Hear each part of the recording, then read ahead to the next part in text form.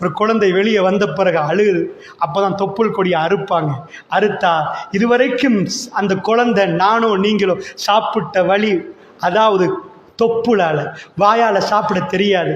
பள்ளி இல்லை அதாவது மருத்துவர்கள் சொல்கிறார்கள், சயின்டிஸ்ட் சொல்கிறாங்க, பள்ளி இல்லைண்டா குடல் பூரணமாக வளரல.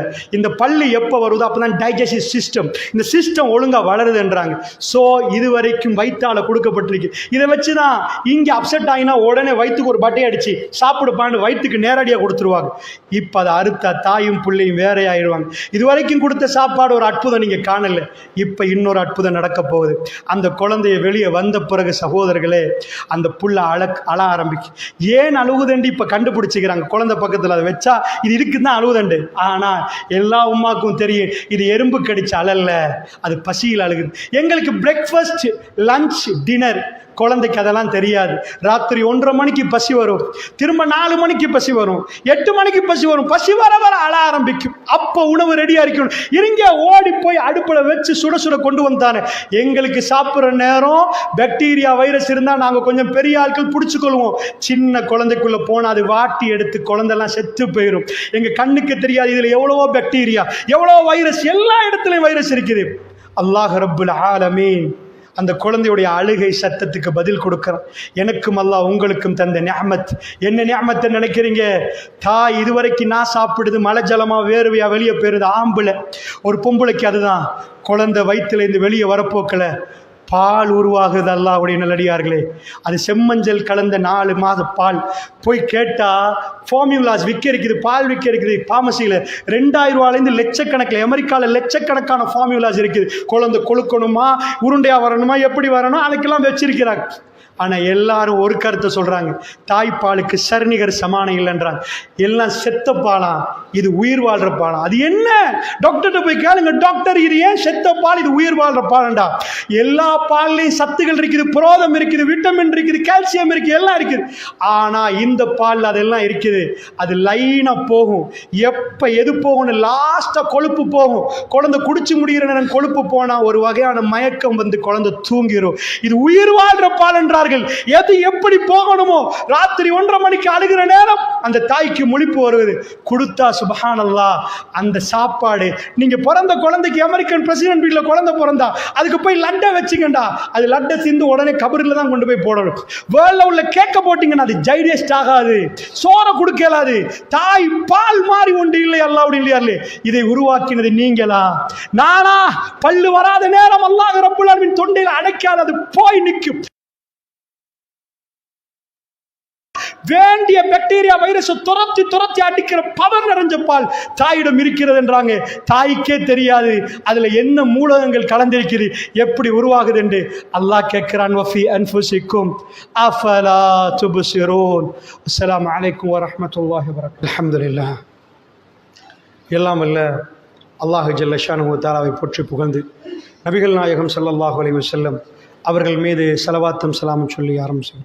அல்லாஹ்வுடைய நல்லடியார்களே, அல்லாஹ் ரப்புல் இஸ்ஸா நமக்கு தந்திருக்கக்கூடிய மிகவுமே அற்புதமான பரிசு இந்த மாதிரி தன்னுடைய நிஅமத்துகளை அல்லாஹ் தந்து. அஃபலா யன்துரூன இலல் இப்லி கைஃப குலிகத். எத்தனை தடவைகள் ஹுத்துபாவில் அதை ஜும்மாவுடைய தினத்தில் இந்த ஆயத்தை கேட்டிருப்பீங்க. நாங்கள் ஒட்டகத்தை எப்படி படைத்தோம்னு அவங்க பார்க்கலையான்னு அல்லாஹ் கேட்குறேன்.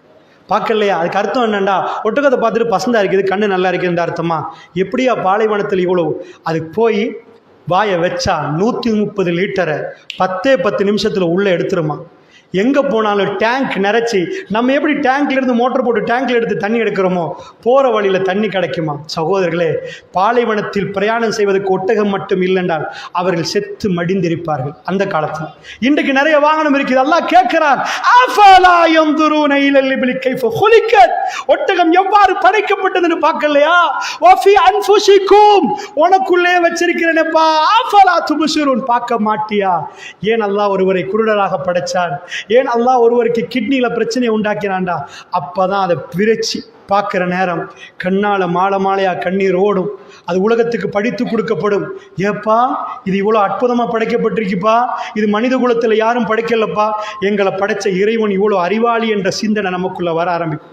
இறுதியாக ஒரு விஷயத்தை சொல்லி முடிக்கிறேன். ஏன்றால் நான் வந்த விஷயத்தை உங்களுக்கு சொல்வதற்குரிய நேரம் இப்பொழுது இல்லை. இன்ஷா அல்லாஹ் இன்றைக்கு மாலையில் நேரம் இருந்தால் அதை பார்ப்போம். அல்லாஹ்வுடைய நல்லடியார்களே, அதாவது இந்த கல்பு எப்படி அமைதி பெறுகிறது என்ற அந்த விஷயத்தை நான் சொல்வதற்கு ஹுத்துபா இடம் தரவில்லை. ஆனால் ஒரு விடயத்தை மட்டும் நான் சொல்லி முடிக்கிறேன். அல்லாஹ்வுடைய நல்லடியார்களே, இன்றைக்கு நிறைய ஊர்களில் உள்ள பிரச்சனை கிட்னி ப்ராப்ளம். இன்றைக்கு அதாவது நம்முடைய நாட்டிலே கிட்னி அடிபட்டு போகிறது சகோதரர்களே. அதனால் நீங்கள் கிட்னி ஆஸ்பத்திரிக்கு போயிருப்பீங்க, ஒரு மெஷினை பார்த்துருப்பீங்க. டாக்டர் சொல்லுவார் லாஸ்ட் மூமெண்ட்டில் டயாலிசிஸ் பண்ணணுன்னுவார். அந்த டயாலிசிஸை பொறுத்தளவில் அது ஹெமோடயாலிசிஸ் ஒரு மெஷின், வெள்ளை கலர் ஒரு மெஷினை பார்ப்பீங்க, 4 அடி உயரம். அந்த மெஷினில் போய் டயாலிசிஸ் பண்ணிட்டு வந்தாலாம் அப்பயும் சொல்லுவார் கொஞ்ச நாள் தான் உயிர் வாழ்ந்தா கிட்னி டிரான்ஸ்பிளான்டேஷன் என்பாங்க. இந்த கிட்னியை தூக்கி போட்டு இன்னொரு கிட்னியை போடணும். அதுக்காண்டி எவன் கிட்னியை எடுத்து போடணும், மாம்பரமும் இல்லை, அவருக்கு பொருத்தமான கிட்னியான்னு பார்க்கணும். அவர் அந்த கிட்னியை கொடுக்கணும், அந்த கிட்னி இதில் வரணும். ஸோ கிட்னியை கையில் கொண்டு போய் கொடுத்த உடனே டாக்டர் சொல்லுவார் எல்லாம் சக்ஸஸ் ஆகணும், 50-50 இந்த ஆப்ரேஷன் சக்ஸஸ் ஆகலாம் போகலாம். கிட்னி ஃபெயில் ஆனவங்களை நம்ம எல்லாம் கண்ணால் பார்த்திருப்போம். சகோதரர்களே, அல்லாஹ் நமக்கு தந்த இந்த கிட்னிக்காக செய்ய வேண்டும் சகோதரர்களே. ஹெமோடயாலிசிஸ் மெஷினை சொன்னேன், 90 கிலோ, 4 அடி உயரம், டயாலிசிஸ் பண்ணுது. கவர்மெண்ட்டுக்கு போனீங்கன்னா சில பேர் சொல்லுவாங்க கடுமையான வருத்தம் என்பாங்க. ஏன் வருத்தம்? டயாலிசிஸ் பண்ணுறது வருத்தம் இல்லை, உடம்பெல்லாம் வீங்கிரும், லைனில் நிற்கணும். எங்கள் எத்தனையாவது அந்த காலையில் போனால் மாலையில் வருவோம், எங்கள் லைஃப்பில் எல்லாமே மறந்துடுவோம், எங்களுக்கு சாப்பாடுறது, எங்களுக்கு சம்பாதிக்கிறது எல்லாம் மறந்துடும், உயிர் வாழ்றது மட்டுமே டாக்கெட்டாக இருக்குது. ஸோ எங்களுக்கு எப்போ ஹாஸ்பிட்டலில் தந்தாங்களோ அந்த டேட்டுக்கு போய் நிற்போம். ஒரு ஆளாக எடுப்பாங்க. ப்ரைவேட்டுக்கு போனால் பல லட்சம் செலவாகிரும். அந்த அளவுக்கு கஷ்டமாக இருக்குது சகோதரர்களே. எங்கள் கிட்னி எவ்வளோ சைஸ்ன்னு நினைக்கிறீங்க? 2.5 இன்ச்சு, 4.5 அடி. மெஷினால் செய்ய முடியாதது வெறும் 2.5 இன்ச்சு. சகோதரர்களே, எங்கள் கிட்னி பாரம் எவ்வளோன்னு நினைக்கிறீங்க? நீங்கள் போய் கடையில் சீனி கேளுங்க, 120 கிராம். அது எவ்வளோ வந்து பாருங்க, 90 கிலோ அந்த மெஷின், வெறும் 120 கிராம் எங்கள் கிட்னி சகோதரர்களே. அதில் ஃபங்க்ஷன் எங்கள் உடம்பை அப்படியே ஃபில்டர் பண்ணி நம்ம எதை சாப்பிட்டாலும் அதை வெளியே தள்ளுது. ஆனால் அது இல்லாமல் போச்சுன்னு வைங்க, அது டேமேஜ் ஆச்சுன்னு வைங்க, முடிஞ்சு போச்சு சகோதரர்களே. அதுக்கு நன்றி செலுத்த வேண்டாமா? அதுக்கு நன்றி செலுத்த வேண்டாமா? ல இன் ஷக்கர்தும் ல அஸீதன்னக்கும். இதெல்லாம் நினைச்சு பார்த்து நாம் ஷுக்குர் செய்தால் எங்களுக்கு அல்லாஹ் அதை அதிகப்படுத்தி தருவான். அல்லாஹ்வுடைய நல்லடியார்களே, அப்படி என்றால் நீங்கள் புரிந்திருப்பீர்கள், அல்லாஹ்வுக்கு நாம் அல்லாஹ்வை நினைத்து பார்ப்பதற்கு அரபியில் சொல்வது ஜிக்ர்.